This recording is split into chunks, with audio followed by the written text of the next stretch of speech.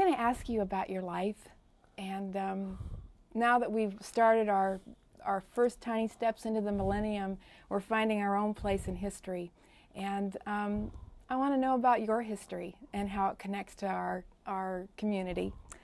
First, I wanted to know, when did you come to the Conejo Valley? 1966. 1966. We moved in Labor Day of 1966, and been here ever since. What brought you? And where did you come from? We came from Santa Monica. We were at Santa Monica renting for a year. I came in out of the Chicago area, and the management decided to have me come out and open the western part of the United States for a shoe manufacturer. And we looked around a little bit, and on the way to San Francisco one day, I had decided to get off which was the Ventura Freeway then, Ventura Highway rather, and drop into this little community, and I fell in love with it. It was just like John Smith and Salt Lake. We saw it, and I said, this is where we'll stay. And this is where we'll stay. And we're here 33 and a half years. What was it like then?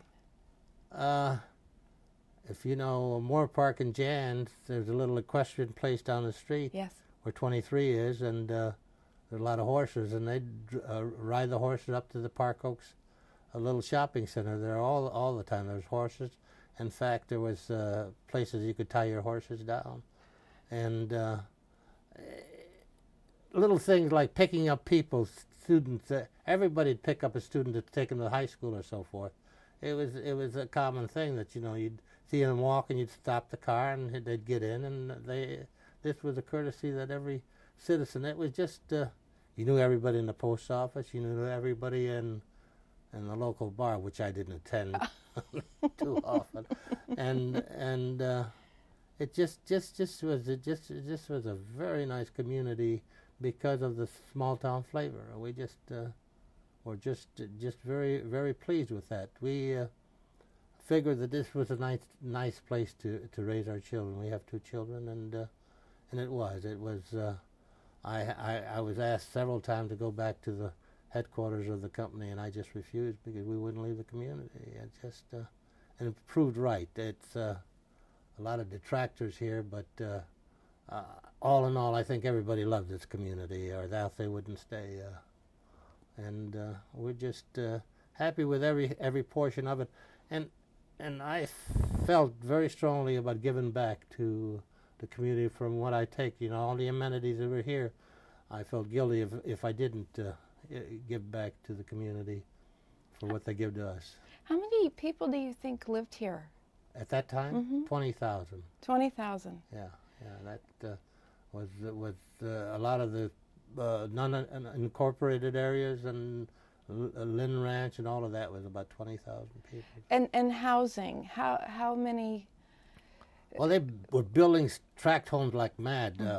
We didn't buy the home; we bought the. Well, they were tract homes. The tract homes, most of them. There were some custom homes, but the tract homes is what we looked for. We bought a place near the hospital. Can I ask you? There was no hospital there then. What did a house cost here? You could get 60s? a very handsome house with 2,500 square feet for approximately $32,000.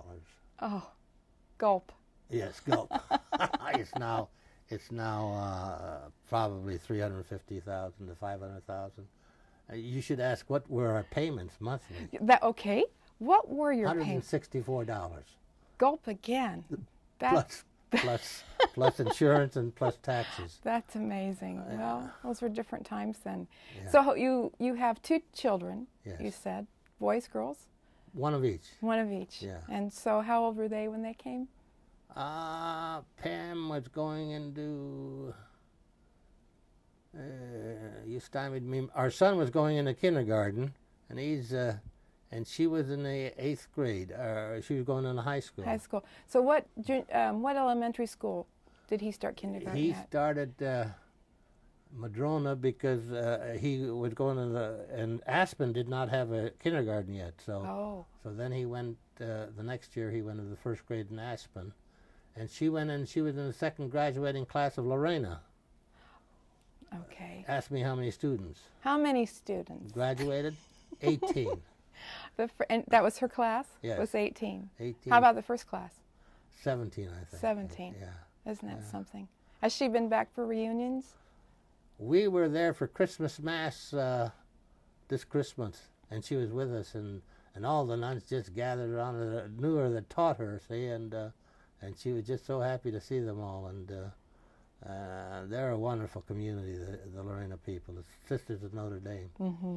I'm very close to them, and we all are, and they do well for the community. They do a lot of good work for the community. I know that too. It just it's a community that embraces all the girls in the community. I think there's only 50% are Catholic. Other than the non-Catholics, they all vie to come into school, and a waiting list too. Mm-hmm.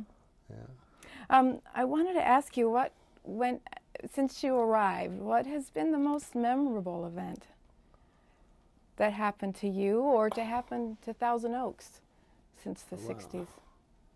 Used to yell about building the big condos in certain places. There was a big hill in across the street from the hospital, and they want to put condos up there, 2-3-story condos and so forth. And we all yelled about that. We got it defeated, and I think Jan's owned that property, and they says, why don't you homeowners buy this piece of land for $50,000? You know? You've always been involved in the community, haven't you, Yes. since you arrived? Yes. I traveled a lot for this firm I was with, and but every chance I got, I got involved. And What sort of commissions or clubs or organizations did you belong to? a lot of it was the city housing issues committees, and 107, the 107 committee. Remember it?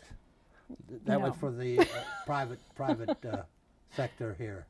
We got ideas for it. The 407, the old city hall. You remember it? Mm-hmm. And my favorite, if you like, my favorite was the hospital. I was there for 5 or 6 years. I enjoyed that very much. I was a floater. You were a volunteer? Yes, A floater. volunteer? They wouldn't let me get into the operating room. So They have a big volunteer organization. 450 some people there. Yes. Yeah. When did the hospital come to Thousand Oaks? About 10 years later than we got here. I think it was in 70, 71, 72, in there somewhere. Mm-hmm. Yeah. Did it make a difference in the community, change the face of the community in any way? For the better, having a modern hospital and so forth. We used to have one on Herbs and Hillcrest, you know. There was a little hospital there. Mm-hmm. That's all we had. Oh. Yeah, there was a little hospital And there. then, And now you have a big regional yeah, hospital. it's a little too sophisticated now sometimes, because the old hospital, the old owners, we knew everybody in the hospital too. So it's but you can't stop progress. It's got to go. It's got to keep going. Do you believe that you can't stop progress? Well, Do you wish you could? Yes. I guess that's what I'm asking. Yeah. Yes. You wish you could. In a few sentences, how would you describe the Thousand Oaks that you met and fell in love with in the 60s and the Thousand Oaks of today? In a few sentences, I would say You could take more. I could take more, okay. I think coming from the Chicago area, living in the suburbs, a small community, we liked, both my wife and I liked the idea of getting started with other people of our age groups and so forth, and the same problems, you know, the same kind of children, and the same soccer wasn't as important as it is now, but we were youth football. I was involved in youth football. You were involved in football. Pop Warner? Yes, yes. It was Caneo Cowboys after Dallas Cowboys. Caneo Cowboys, yes. Yes, and that's the kind of thing that everyone, they helped build. We were at St. Pascal's, and they needed help building, and I was very involved with that. And my wife was very involved with, and high school, we were involved with T.O. High School too, because we knew we should give back to the community, and it just if Was Thousand Oaks High School built in yes, the 60s? 60, I think. Thousand Oaks was built in. It 60. was here when you came. Yeah, yeah, it was here. Okay. If you had a magic wand, how would you? Wouldn't that be great to have a magic wand? How would you change Thousand Oaks? Would you put it back the way it was? No, I would. You didn't. I didn't tell you what I didn't like about it now. And well, I'm getting to that. Oh, okay. Yeah, I'm getting to that. If I had my druthers, I don't know that there are certain things, and again, maybe people being more friendly like they were years ago. You get more of the people there that are selfish by being within themselves. You stand in line at the post office now, you're just another face, and if it weren't for the people running the post office, whom I know, and some of the people, I don't miss a day that somebody doesn't say hi, Joe. So I still, there's a lot of people here that I know, and but we have problems with affordable housing. We have problem with housing needs now. I was involved with that quite a bit, and I don't know how you're going to do anything about that, because it's just an affluent society, and how much can you allow a person to live if he doesn't have the money? Developers are there. It's a profit-making organization. They need to make a profit. So there is a decided problem with housing, and their needs are there, and I don't know how to solve that. But you're very involved with many mansions, which addresses that. Yes. Tell me how that organization came to be. Was that your? No, that was made by Mr. Frank Schiller, our supervisor. He was the one that got some of the prominent citizens. I was involved in my job at that time, and the local priest, Father Combe Orion, was our administrator, and he had a couple that needed housing very badly, and he asked Schiller if he could do anything about it, because they had no money or nothing at all, and we got them placed. But then Schiller got some of these people together and said, we need to do something, And the editor of then News Chronicle, Marvin Sosna. You knew Marvin? Uh-huh. I used to work for the News Chronicle. All right. So I know and Marvin. He said, why don't, in John 14, there's a saying about, in my house there are many mansions. Why don't we use that? And that's how we got the name Many Mansions at that time, because from that. That's a good name. Yes, it's a perfect name. It is a perfect name. Yeah, and they're good for the community. They're good for the city. City gets cities focus other than housing. So I'm a commissioner with the Area Housing Authority, which is in town too. You probably know of them. They're part of they used to be HUD, but area housing is controlled by the state now, and they do housing too, affordable housing, and the commissioners get involved with housing. Do you think there is a solution for affordable housing? Well, the way housing costs are going up, and the more people want to live in a community like this, which is like an old time community. Do you think there's an easy answer, or? I don't know. I know I just read an article about Big Sur. You know the Big Sur. Everybody knows it's been the Big Sur. And they have service people coming in to work, the housemaids and the restaurant people and retail clerks. They can't afford to live there. They have to drive 50 miles to get to their job.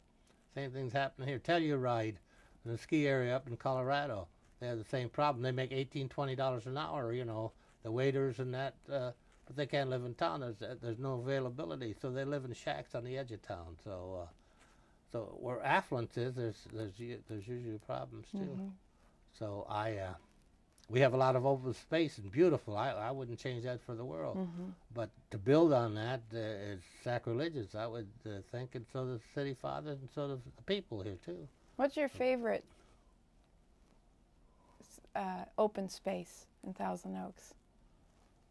I mean, if you have an afternoon just to take a drive. Well, I'm partial to Wildwood because Wildwood homes weren't there, and I used to take the kids down. There's a little water. You been down I have. the waterfall and that? I've taken the walk. Yes, I have taken the the hike. kids all love that. That was our favorite spot all the time. Going down there, and they could jump on the trees and so forth. I don't know now if the kids still enjoy it as much as they should. Another favorite spot was the sheep herders. Did you know we had sheep herders here? I know we did, but I didn't know where were they? They were all along where Westlake was. There was just a little lake. They were all pastures were all through there, and up above the hospital, above Wildwood, they had grazing areas there. Oh. And there was an old cowboy town up there too, and I used to go A up real there. cowboy town, not Yes. a movie set. Yes, and I used to go up there to see the sheep herders, and we couldn't understand each other, but I used to bring my wife June had gotten some chicken together and have me bring it up there, and he'd have the flask. What do they call that wine container? That leather one? I know exactly what you're talking about. Okay, and he and I can't think of what they're called. They're called something. I don't know. I know exactly what you're talking about. But that was one of my favorite spots too. So there's a lot of memories, and teaching kids football, and I've kept in touch with them through the years, and they made out pretty well. They're all grown well, and we didn't have too many kids go astray. They have had good. They were too tired from football and sports to get into mischief, because most of them grew up to be fine young gentlemen. What do you think the difference in the children growing up today are? I think that they're as busy. The soccer is very, very prominent here, and the families are all involved. I see that all the time in the neighborhood. We've got the second, third generation in the youth, and they're well taken care of by the families. They're still very, very much family oriented in this town, and I don't have any bad feelings that something bad will happen, ominous will happen, because the thing is that they might have too much, and I'm an old fuddy-dud about families.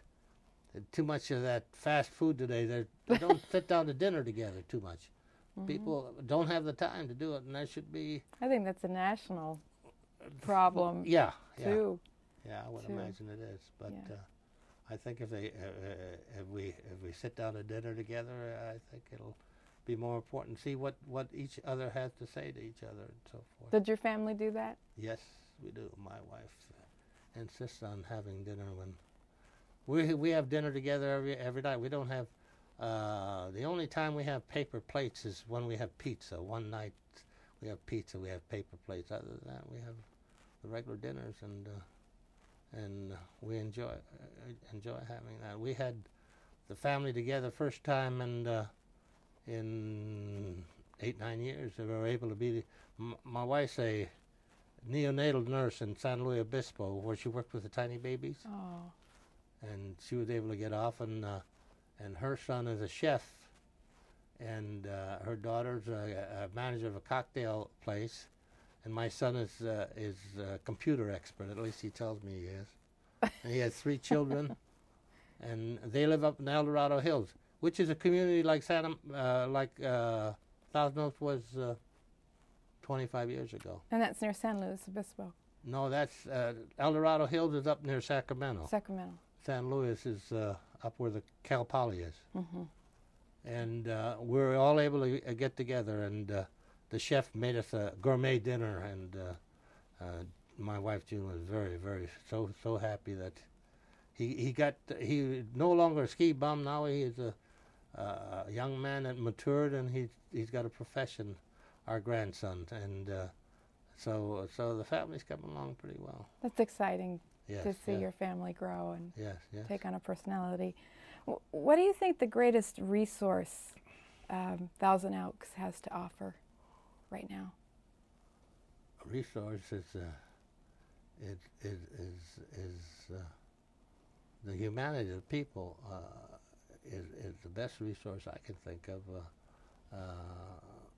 and we have this resource working for us in the people that are helping our city council people, the staff of the city, and that they truly believe in Thousand Oaks and are there to help us, and we're fortunate in having the people that we do have running these different operations, and we've had through the years they just all fell into place. People like Alex Fiore did it year after year after year, and he helped be the father of the master plan and so forth. So we've been fortunate, and the humanity that we have is our biggest asset, I think. That connects with the question I was going to ask you, but I kind of skipped it.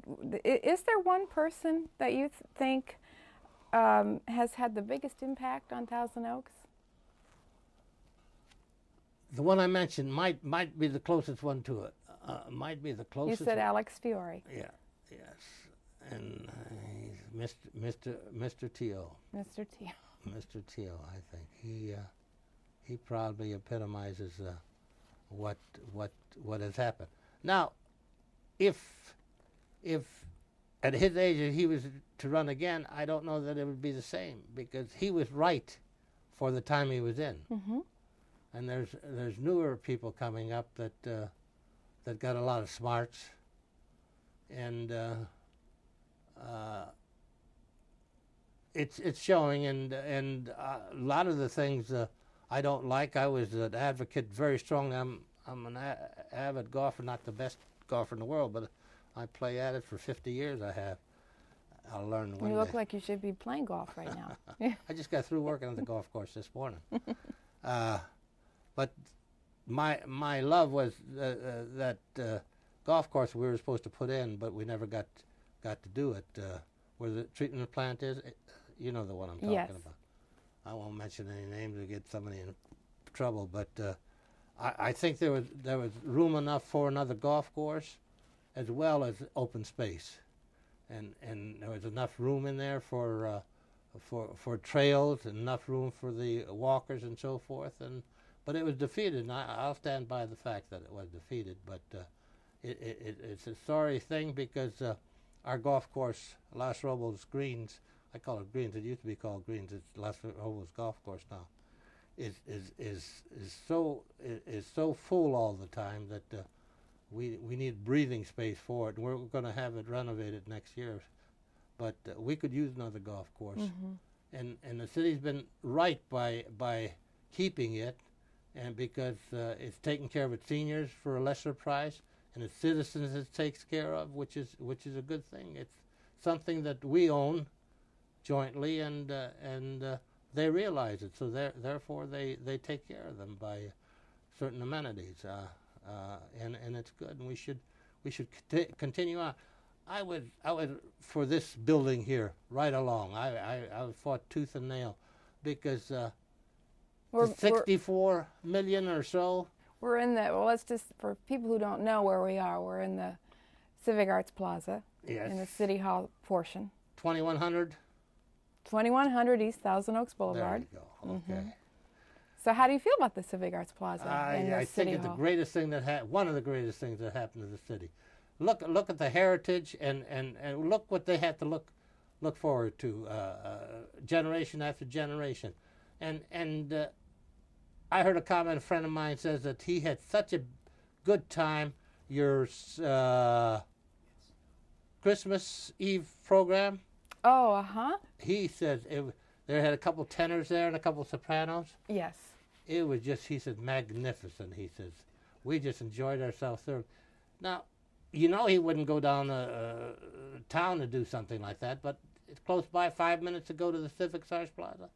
And this is, we go to, as often as we can, and where else can you get things like this going unless the city and the community builds it and wants it? And there was a lot of detractors, as you probably know. Mm-hmm. But those same detractors are champions now, I think. You have full houses most of the time, probably due to the fact that Marianne's house manager here. No, I don't think that's it at all. But I think we have good programming and some exciting headliners here. Yeah, but I thank you for that. Anyway, let me ask you what you do. And now you're on a roll with all of the wonderful things in Thousand Oaks. What do you think is the biggest problem facing Thousand Oaks now? So I hate to bring us down, but you said you wanted to know what you didn't like. That's a tough question. I think we have the gangs. We still have the gangs, and we have the graffiti. And if it wasn't for our police force being right on top of it like it is, it'd probably be a lot worse. But it's cleaned up immediately. If they see some graffiti, the next day it's gone. And hopefully we don't get a Columbine here or what have you. I don't know. Traffic, homeless, are some of the things that we have to guard ourselves against. You ever drive down Moore Park on Friday afternoon? Kind of tough. So at noon. At noon. All right. It is tough. It is tough, and it's going to get tougher because we're not built out yet. I think we've got another 15,000, 20,000 people to put into this city of ours. I couldn't say other than that what is really wrong with. I just got something in the mail the other day. May I? Absolutely. I thought you were going to ask me this question, so I brought this along. You know Norman Corwin? You know of him? He's an essayist. I know his name. Yeah, he's tremendous. He does essays and so forth. Teaches at SC, and he was asked about what he feels we're going to get in the new millennium, and he says what is needed. He says attitude. He recommended attitude, and he said don't laugh. It's compassion. The blood relatives of compassion are kindness, sympathy, courtesy, amity, and amenability, and the reward for exercising them is to feel good about having done so. So this is the. And where did you find that? In the Westway magazines. Westway magazine. The Lord's compassions fail not; they are new every morning. Goethe said that kindness is the golden chain by which society is held together. Good can be as communicable and catching as evil, and that is where kindness and compassion come into play. So our theme should be for 2000 above is compassion. Everything else will fall into place. The best thing about doing things for people is you get more out of it than the person that gets it. The doers and takers, and I like to be a doer because it all comes around. Yeah. It all comes around and comes back. Yeah, and this town, incidentally, is very good with volunteers. You know that. I know that. How many have you got on your list? About 700. 700. Yes. I'm in arrears. I haven't done anything lately for the. That's okay. You've done enough. How would you like Thousand Oaks to remember you?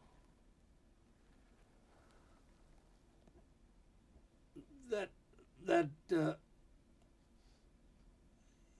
he was a man that was dedicated to his family. He was a man that was dedicated to his community, and that he loved being part of living here, and just being what he is. I don't like accolades because it's embarrassing, but I do things because they do me good, and it's wherever it's needed. I do it. I don't look for somebody else to tell me where it needs to be done, because I can see the needs.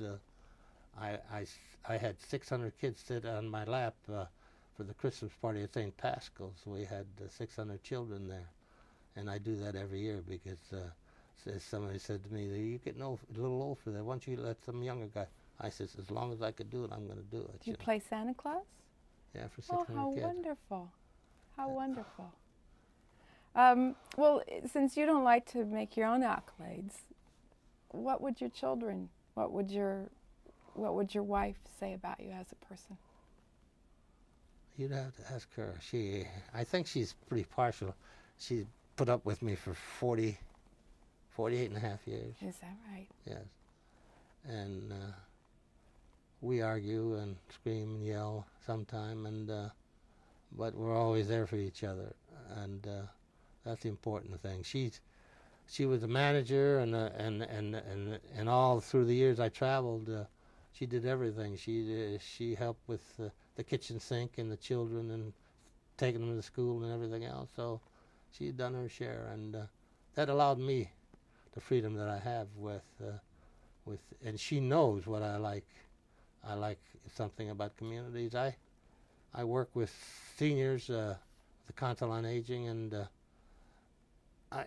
I feel strongly that there's a need for people to reach out to the sick, and I do that because someone needs to do it, and if I don't do it, sometimes I feel derelict in my duties, because I think it's I don't know why the heck I'm a champion of the thing, but I am, because there's a need to help these people. I have people in the hospital right now I need to see this afternoon. He just got in the hospital yesterday. See, he's a very close friend.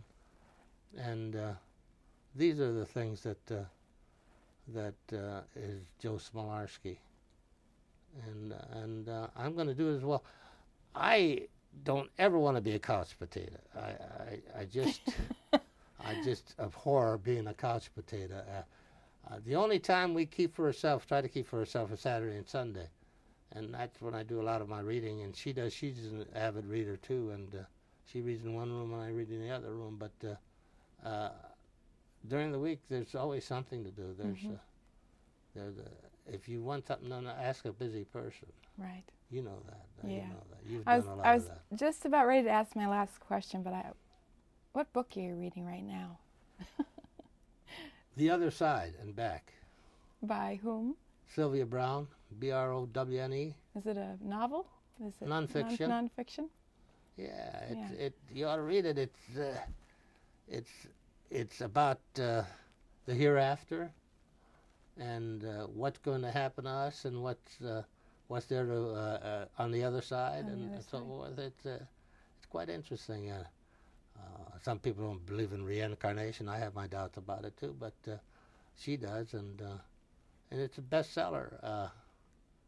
I read Tom Brokaw's book, Generation Thing. It was very good. I gave it to my dad for his birthday. Did you? Did you enjoy that? Yeah, very much. Anything that. I think your generation was the greatest generation. Yes, I was in it. I've got 4 battle stars and some Purple Hearts and so forth for it. What? 80th Infantry Division. That was in the Army? Yes, that was in Patton's Third Army in Europe. You fought with Patton. Yeah. That's wonderful. Yeah. Well, as we take our first baby steps into the millennium, which is amazing to me, what do you wish? What are your dreams and hopes for Thousand Oaks? That one day my children, my progeny, can come back here and live. That's the one greatest thing I have. If they do their thing, and this is still home to them.